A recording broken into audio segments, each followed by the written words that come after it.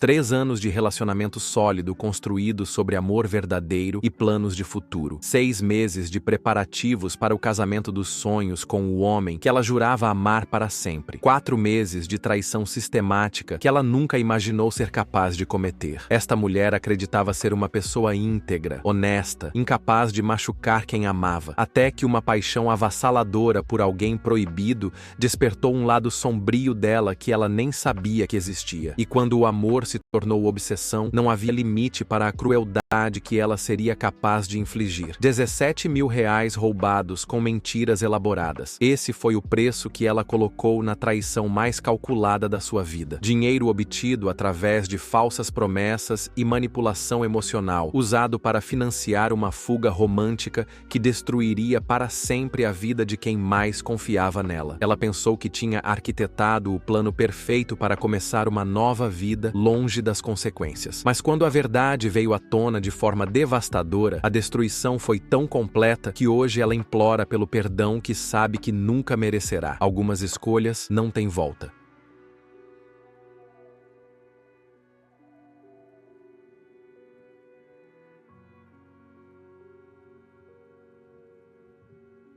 Me apaixonei pelo melhor amigo do meu noivo e roubamos todo o dinheiro dele para fugir juntos. Agora estou destruída e... Meu nome é Amanda Cristina Silva, tenho 27 anos e trabalho como enfermeira especializada na UTI de um dos principais hospitais da capital gaúcha aqui em Porto Alegre. Sempre me considerei uma pessoa boa, fundamentalmente íntegra, com valores morais sólidos e completamente incapaz de machucar intencionalmente alguém que eu genuinamente amasse e respeitasse. Fui criada numa família tradicional de classe média, com pais que me ensinaram desde pequena a importância da honestidade, da lealdade nos relacionamentos e do respeito às pessoas que amamos. Sempre respeitei escrupulosamente todos os meus relacionamentos anteriores. Nunca traí ninguém na minha vida. Nunca nem sequer considerei a possibilidade. Até que tudo mudou de uma forma radical que eu jamais imaginei ser possível acontecer comigo. Namoro há 3 anos intensos e felizes com Felipe, um analista financeiro sênior de 29 anos que trabalha numa grande empresa de consultoria. Desde o primeiro encontro, ele sempre foi literalmente o namorado perfeito que qualquer mulher sonharia em ter. Carinhoso como ninguém, extremamente dedicado em tudo o que faz, responsável financeiramente, trabalhador incansável e completamente e visivelmente apaixonado por mim desde o primeiro dia que nos conhecemos. Nos conhecemos através de amigos em comum numa festa descontraída e a química foi imediata e intensa. Felipe sempre foi o tipo de homem que me fazia sentir especial, protegida, amada de verdade. Ele me apresentou para toda a família dele, que me recebeu de braços abertos desde o início. Era o relacionamento mais saudável e maduro que eu já havia tido na vida. Felipe me pediu em casamento há exatamente 1 ano, de uma forma absolutamente romântica e inesquecível. Ele planejou tudo nos mínimos detalhes, me levou para o local onde nos conhecemos, decorou tudo com velas e flores, e quando se ajoelhou com o anel mais lindo que eu já havia visto, eu disse sim com toda a certeza e felicidade do mundo. Estava genuinamente radiante e ansiosa para me tornar oficialmente sua esposa e começar nossa família. Felipe sempre foi extremamente próximo do seu melhor amigo Gustavo Silva, uma amizade sólida que durava desde a adolescência. Desde o início do nosso relacionamento, nós 3 éramos praticamente inseparáveis em todas as atividades sociais. Gustavo era genuinamente como um irmão mais velho para Felipe, e por extensão natural, se tornou um amigo muito querido e presente para mim também. Gustavo sempre foi uma presença constante e positiva nas nossas vidas. Participava de todos os nossos programas de fim de semana, estava presente em todas as comemorações importantes, viajava conosco ocasionalmente. Era praticamente considerado família por todos nós. Era um homem carismático, bem-humorado e que sempre demonstrou respeito total pelo nosso relacionamento. Quando Felipe me pediu em casamento oficialmente, foi absolutamente natural e óbvio que ele escolhesse Gustavo como seu padrinho de casamento. Eu fiquei genuinamente feliz com a escolha porque sabia que ele faria literalmente tudo ao seu alcance para que nosso casamento fosse perfeito em cada detalhe chato importante. E de fato, desde o momento que aceitou ser padrinho, Gustavo se mostrou o mais dedicado, prestativo e envolvido padrinho que qualquer casal poderia sonhar em ter ao seu lado. Durante os 6 meses intensos e trabalhosos de preparação detalhada do casamento, Gustavo esteve presente e ativo em praticamente todas todas as decisões importantes que tomávamos. Ele participava voluntariamente de todas as reuniões mais importantes com fornecedores especializados, dava sugestões criativas e úteis para cada aspecto da cerimônia e da festa, e até mesmo me acompanhava pacientemente em várias compras e escolhas quando Felipe estava indisponível por causa do trabalho. Aos poucos, de forma gradual e quase imperceptível inicialmente, começamos a passar períodos cada vez mais longos sozinhos juntos. E eu comecei inevitavelmente a ver e admirar um lado mais íntimo e pessoal dele que eu nunca havia conhecido ou percebido antes. No início eram apenas conversas mais profundas e pessoais durante as longas tardes de preparativos. Gustavo era um ouvinte excepcionalmente atento e empático. Tinha um senso de humor refinado e inteligente que me fazia rir genuinamente e me fazia sentir especial e valorizada de uma forma diferente e nova. Quando Felipe estava particularmente estressado e sobrecarregado com pressões do trabalho, ou quando precisava viajar a negócios por alguns dias, era inevitavelmente Gustavo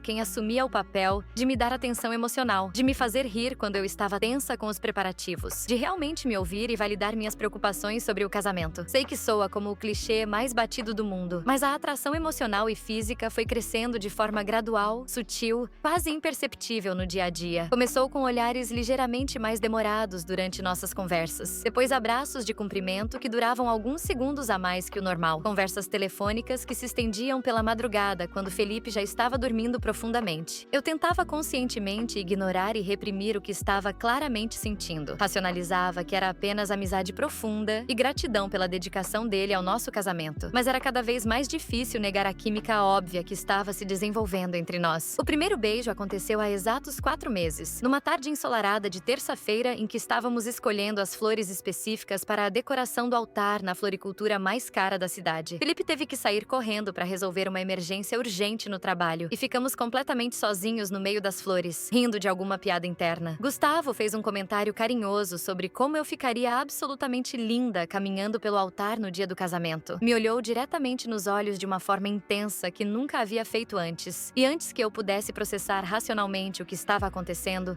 estávamos nos beijando apaixonadamente no meio das flores do meu próprio casamento. Foi literalmente o beijo mais intenso, apaixonado e eletrizante da minha vida inteira. Senti uma conexão física e emocional que nunca havia experimentado com ninguém, nem mesmo com Felipe nos momentos mais íntimos. Eu sabia racionalmente que estava completamente errado. Sabia que estava traindo Felipe da pior forma moralmente possível, mas fisicamente não consegui parar ou me afastar. Era como se toda a química e tensão sexual que havia se acumulado silenciosamente durante meses explodisse de uma vez só, de forma incontrolável e avassaladora. Depois do beijo, ambos ficamos em choque com o que havia acontecido. Prometemos solenemente um para o outro que nunca mais aconteceria, que tinha sido apenas um momento isolado de fraqueza humana, que amávamos Felipe demais para machucá-lo de forma tão cruel e desleal. Mas era uma mentira que estávamos contando para nós mesmos. Nos encontramos novamente exatos 3 dias depois, sob a desculpa de conferir detalhes do buffet, e dessa vez foi muito além de um simples beijo. Fizemos amor pela primeira vez no carro dele, num estacionamento isolado, e foi a experiência mais intensa que eu já havia tido. A partir daquele momento, começamos um relacionamento paralelo completamente secreto e clandestino. Nos encontrávamos sistematicamente 2 ou 3 vezes por semana, sempre cuidadosamente quando Felipe estava trabalhando até tarde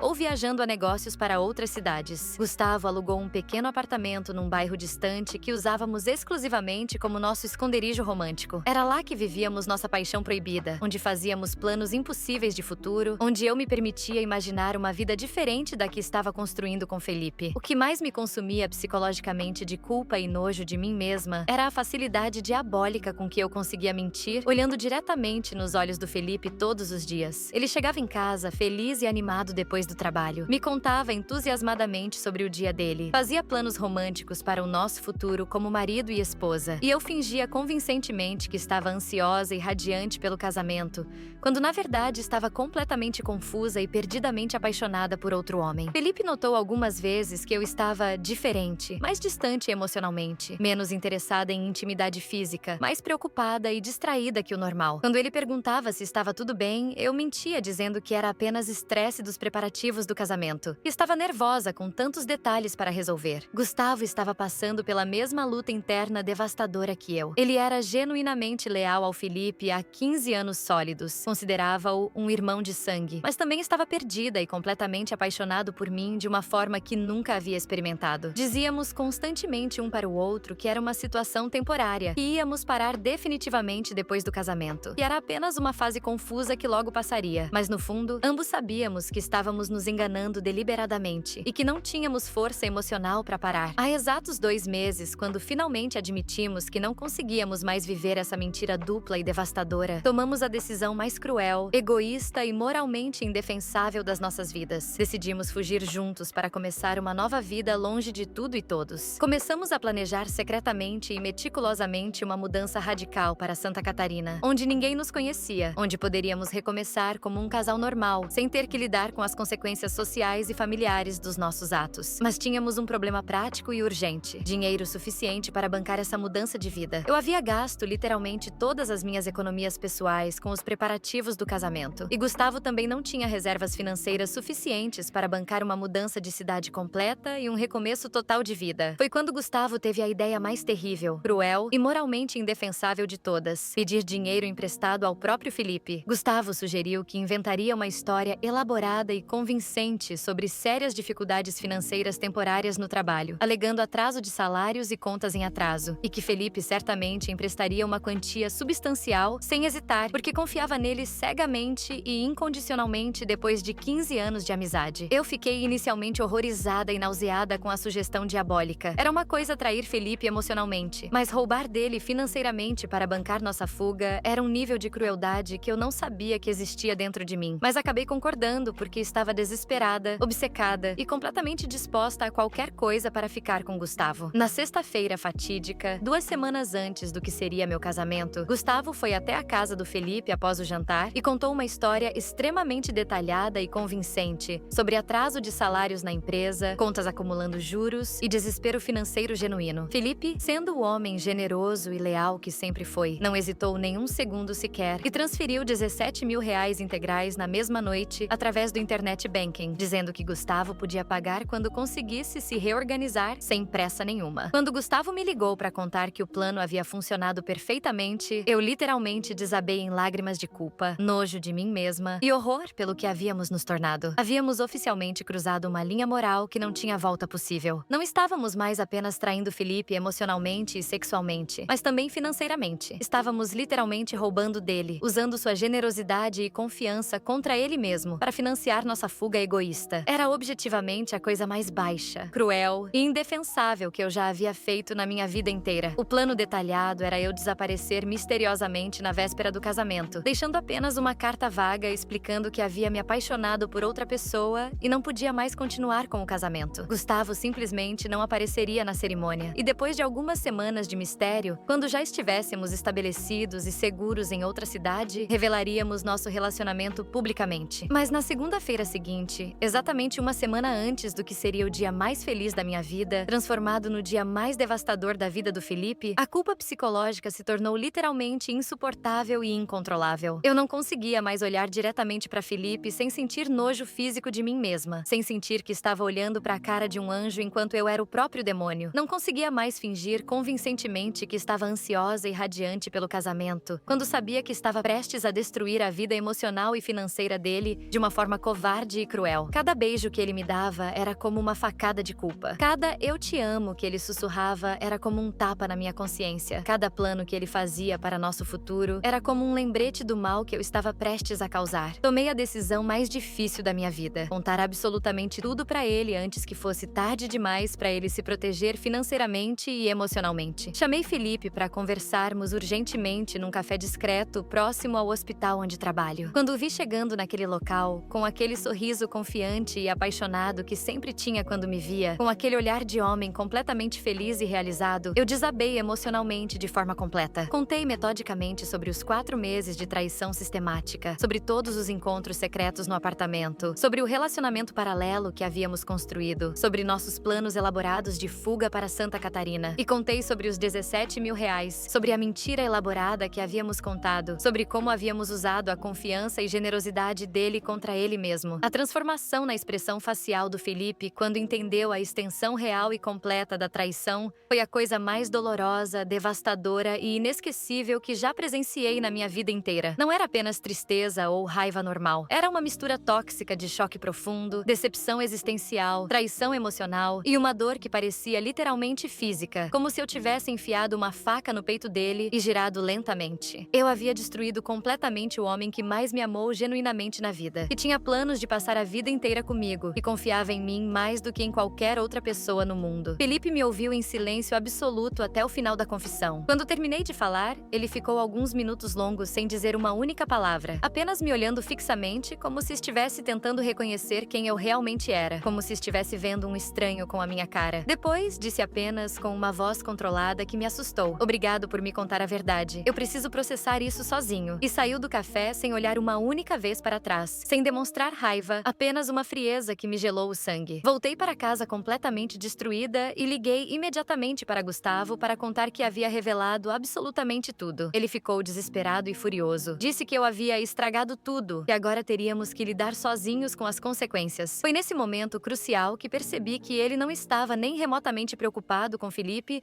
ou com o mal irreparável que havíamos causado. Estava preocupado apenas conosco e com nossos planos egoístas. 2 horas depois, Felipe apareceu na minha casa. Gustavo também estava lá porque havíamos combinado de nos encontrar para decidir o que fazer após minha confissão. Quando Felipe nos viu juntos na minha sala, a realidade brutal da situação se tornou ainda mais dolorosa e humilhante para ele. Felipe estava visivelmente fazendo um esforço sobre-humano para controlar a raiva e a dor, mas conseguiu falar conosco com uma calma assustadora que demonstrava o nível de maturidade emocional que eu havia perdido completamente. Ele disse friamente que Gustavo tinha exatas 24 horas para devolver cada centavo dos 17 mil reais com juros e que cancelaria o casamento publicamente no dia seguinte, contando para todos os 150 convidados exatamente porque a cerimônia não aconteceria. Também deixou claro que não queria mais ver nenhum dos dois na vida dele, nunca mais. Atualização. Foi quando a realidade brutal das consequências sociais e familiares começou finalmente a chegar com força total e devastadora. Felipe realmente cumpriu exatamente o que havia prometido. Cancelou meticulosamente todos os serviços do casamento. Ligou pessoalmente para cada uma das 150 pessoas convidadas explicando detalhadamente nossa traição e postou nas redes sociais uma explicação completa e pública do ocorrido, mencionando nossos nomes reais, valores exatos envolvidos, datas específicas de cada evento. Em questão de poucas horas, absolutamente todos que conhecíamos em Porto Alegre sabiam exatamente o que havíamos feito, como havíamos traído, quanto dinheiro havíamos roubado e como havíamos planejado fugir covardemente. Minha família ficou profundamente chocada, envergonhada e decepcionada comigo. Meus pais, que sempre adoraram Felipe e já o consideravam um filho há 3 anos, ficaram furiosos e envergonhados com meu comportamento. Minha mãe chorou por dias, dizendo que não conseguia entender como havia criado uma filha capaz de tamanha crueldade. Minhas amigas mais próximas de longa data pararam completamente de falar comigo. O grupo de WhatsApp das minhas amigas da faculdade me removeu sem explicação. As colegas de trabalho no hospital começaram a me tratar de forma visivelmente diferente, mais fria e distante. No hospital onde trabalho, as pessoas me olhavam de forma diferente quando eu passava pelos corredores, sussurravam quando achavam que eu não estava ouvindo, e alguns colegas começaram a me evitar durante os intervalos. A história havia se espalhado até mesmo no ambiente profissional. Gustavo teve consequências ainda mais severas e duradouras. A família inteira dele ficou sabendo de todos os detalhes através das ligações do Felipe e da exposição nas redes sociais. Os pais dele, que sempre trataram Felipe como um filho, ficaram envergonhados e furiosos. Os amigos em comum do nosso círculo social tomaram partido claramente e inequivocamente do Felipe. Gustavo foi efetivamente banido de todos os grupos de amigos,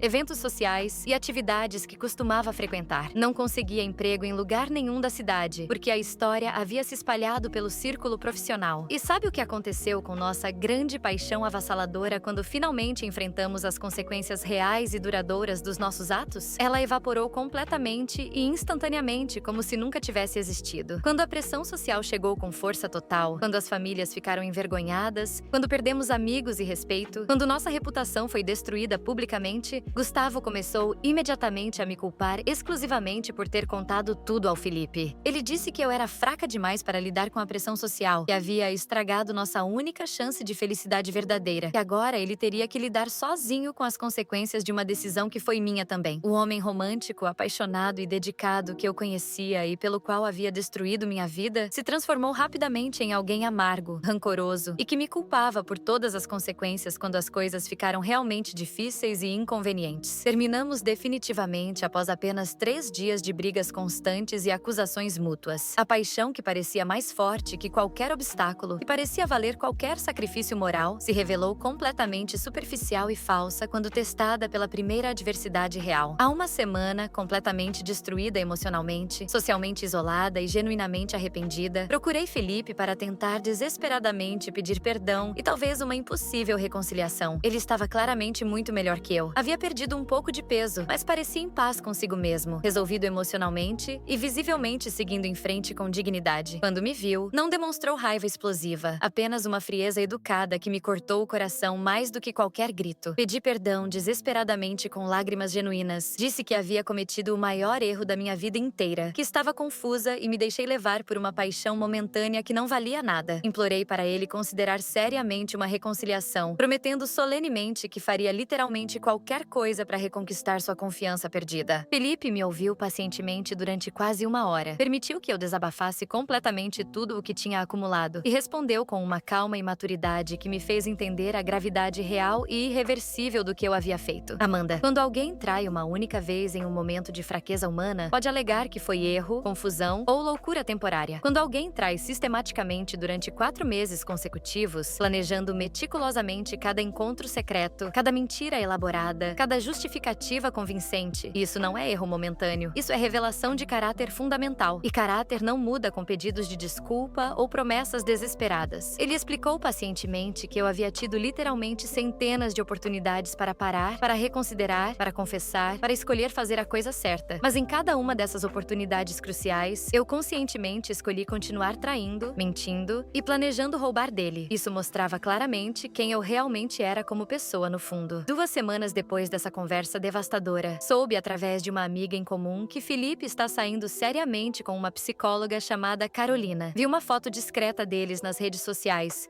e eles pareciam genuinamente felizes, relaxados e bem juntos. Ela é claramente uma mulher linda, elegante e que parece uma pessoa séria, madura e íntegra. Felipe merece exatamente alguém assim na vida dele. Alguém que o valorize, que seja leal, que nunca o faça passar pelo que eu o fiz passar. Gustavo também tentou voltar para Felipe algumas semanas depois, mas recebeu uma resposta ainda mais dura e definitiva. Felipe disse que a amizade verdadeira se baseia fundamentalmente em lealdade e confiança mútua, valores que Gustavo havia violado de todas as formas possíveis e imagináveis. Atualização. Hoje, exatos 4 meses depois do que deveria ter sido o dia mais feliz da minha vida, meu casamento dos sonhos com o homem que realmente me amava, posso finalmente fazer um balanço completo e honesto da destruição total que conscientemente causei na minha própria vida. Perdi irreversivelmente o amor da minha vida por uma paixão superficial que durou exatos 3 dias após as consequências sociais chegarem. Perdi a confiança e o respeito da minha família, que ainda tem dificuldade visível para me olhar nos olhos sem demonstrar decepção. Perdi várias amigas importantes de longa data que consideraram minha atitude absolutamente imperdoável e indesculpável. Algumas nem sequer me deram a oportunidade de explicar ou pedir desculpas. Simplesmente me cortaram completamente da vida delas. No trabalho, precisei mudar de setor dentro do próprio hospital porque não conseguia mais lidar psicologicamente com os olhares de julgamento,